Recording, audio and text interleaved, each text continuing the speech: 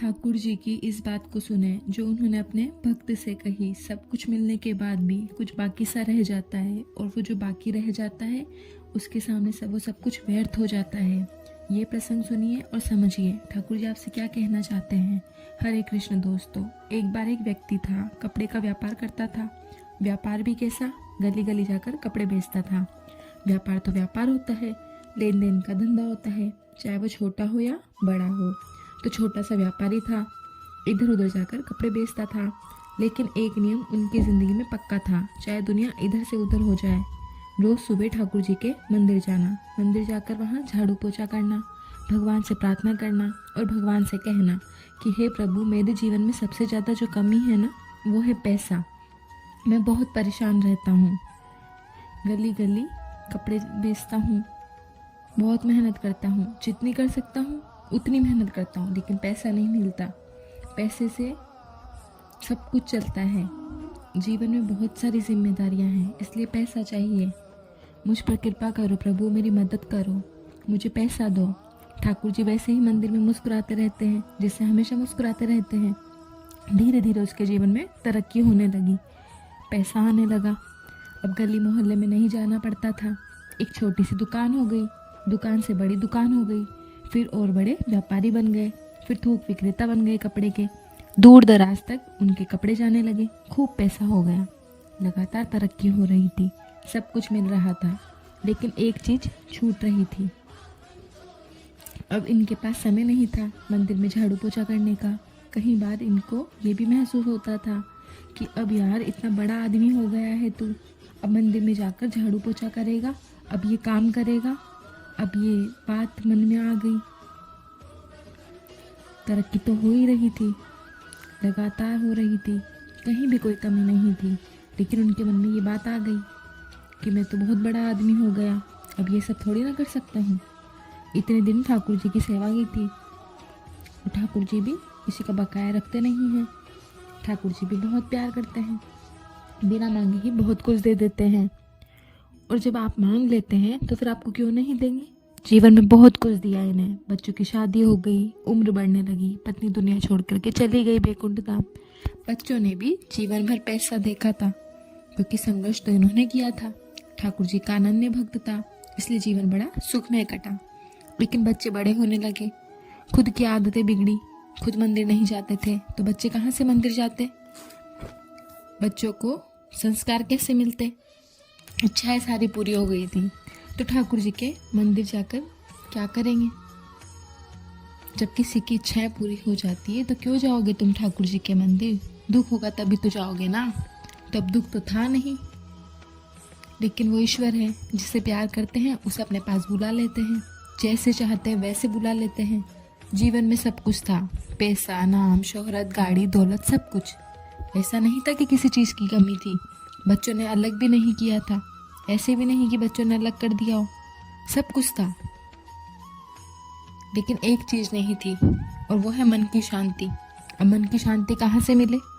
याद आए वो दिन जब संघर्ष किया करते थे, मंदिर जाया करते थे, झाड़ू पोछा करते थे। फिर पहुँचे ठाकुर जी के द्वार पर, सुबह सुबह झाड़ू उठाई, वहाँ पे झाड़ू लगाया, पोछा उठाया, मंदिर के प्रांगण में पोछा लगाया, भगवान को देखा, और आंखों से आंसू बह रहे थे।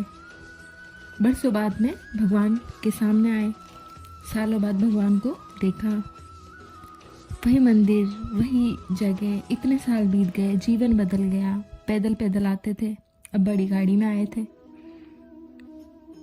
भगवान को देखकर लगातार रो रहे थे, रोए जा रहे थे। भगवान अपने भक्त को बहुत प्यार करते हैं। भगवान ने उनके इस प्रेम को देख करके साक्षात दर्शन दिए। भगवान तो पल भर में सारी गलतियों को क्षमा कर देते हैं। भगवान बोले कि अब क्यों आया है, अब तो सब कुछ है तेरे पास, जो तूने मांगा था वो सब तो दिया मैंने। तूने जो भी कहा मैंने वो सब किया। तूने कहा बहुत पैसा चाहिए, बड़ा घर चाहिए, बड़ी गाड़ी चाहिए, बड़ा बंगला चाहिए, बेटी की शादी हो जाए, बेटा सेटल हो जाए। अब क्या दिक्कत हो गई जो इतने सालों बाद आया है, क्या परेशानी हो गई। ये व्यक्ति रो पड़ा और कहा, भगवान आपने सब कुछ दिया, इसमें कोई शंका नहीं है, मैं ही पापी था, मैं ही गुनहगार था। जब सब कुछ मिल गया तो मैं आपको भूल गया, मैं आपके पास नहीं आया।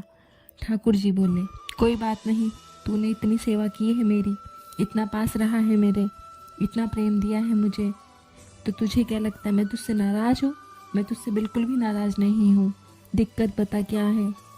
तो इस व्यक्ति ने कहा, मन की शांति नहीं है। तो ठाकुर जी ने कहा, तूने मांगा कब मुझसे?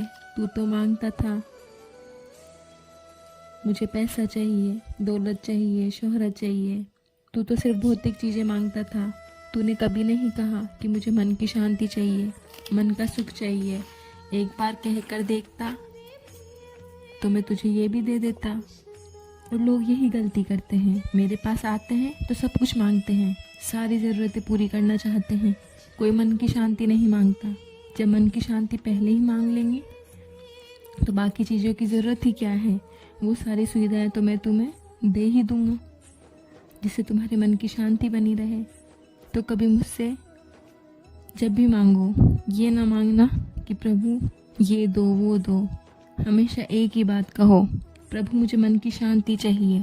बाकी सब चीज़ें जो तुम्हारे पास आएगी वो तो अपने आप ही आ जाएगी, क्योंकि जब मन की शांति हो जाएगी तो सब कुछ तुम्हारे पास होगा।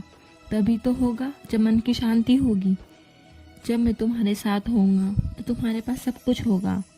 भगवान श्री कृष्ण ने गीता में कहा है, तुम जो कुछ मांगोगे मैं तुम्हें दे दूंगा, लेकिन इससे तुम मुझे नहीं पा पाओगे। लेकिन जब तुम मुझे मांगोगे तो सब कुछ तुम्हारा होगा। तो दोस्तों, जब आप विश्वास रखते हैं, प्रार्थना करते हैं, मंदिर जाते हैं, तो जब दुख होता है तब जाते हैं, तब प्रार्थना करते हैं। मैं सच बताऊं, दुख बड़ी कमाल की चीज़ है। जब भी आता है ईश्वर को अपने साथ लेकर आता है। और दुख इतना भोला भाला होता है कि उसे ये पता ही नहीं होता कि ईश्वर को साथ लेकर आ रहा है, तो वो खुद ख़त्म हो जाएगा। क्योंकि जहाँ ईश्वर होते हैं वहाँ दुख कभी नहीं होता। आज के बाद जब भी मंदिर जाओ, जब भी ईश्वर से बात करो, जब भी उनसे मिलो, बाकी चीज़ें तो आपके पास वैसे ही आ जाएगी।